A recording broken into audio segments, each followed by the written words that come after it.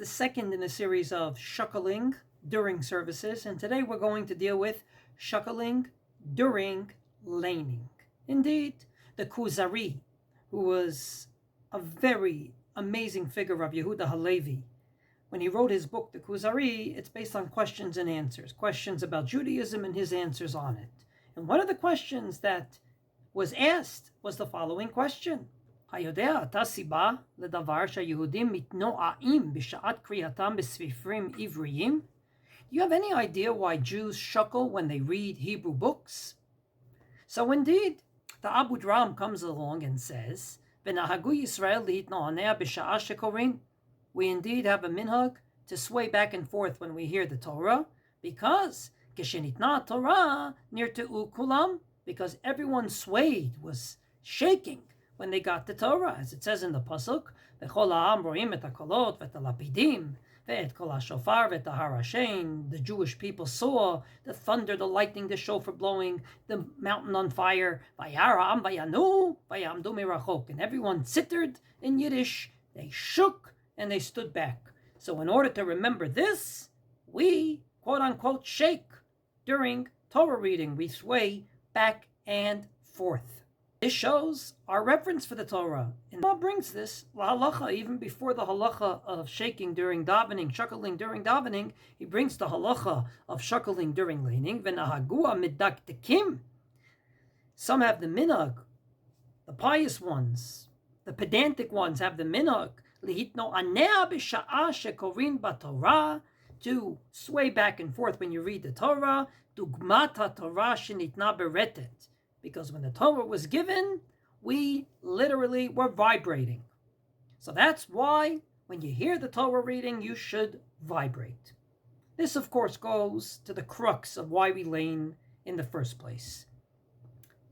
If we lane in order to reenact the Sinai experience, then this makes perfect sense, simply because there's other things we do during laning to reenact that experience. For example, the Jerusalem Talmud, the Talmud Yerushalmi, brings a story about some guy that got an aliyah to the Torah, and when he was getting the aliyah, he leaned on the bima.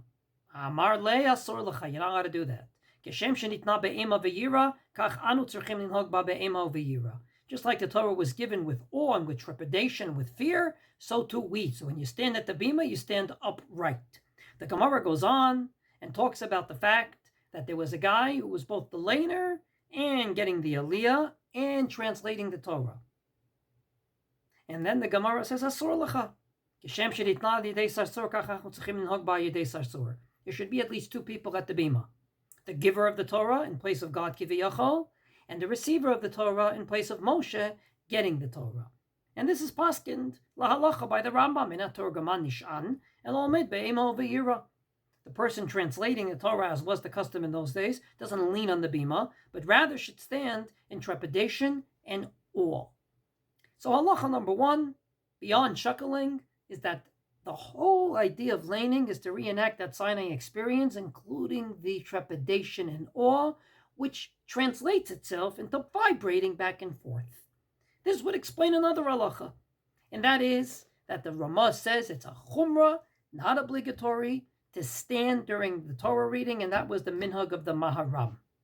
Explains the Bach, Rav Yoel Sirkis, that the reason to stand during Torah reading is Ra'ui lahader v'la'amod.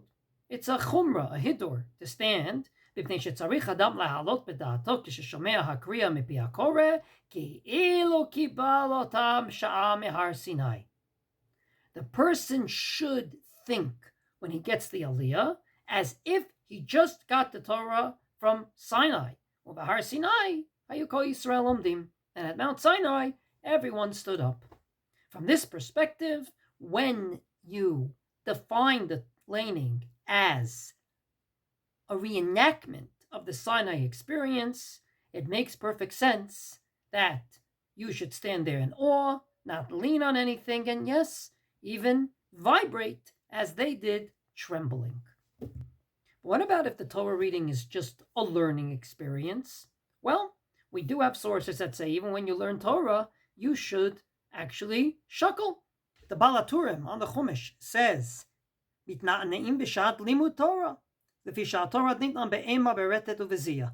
Even when you learn, you should shuckle a little bit. The Machzor Vitri from the base medrash of Rashi explains that's exactly the reason why margilinoto lena'anea begufo kishehu lomeid.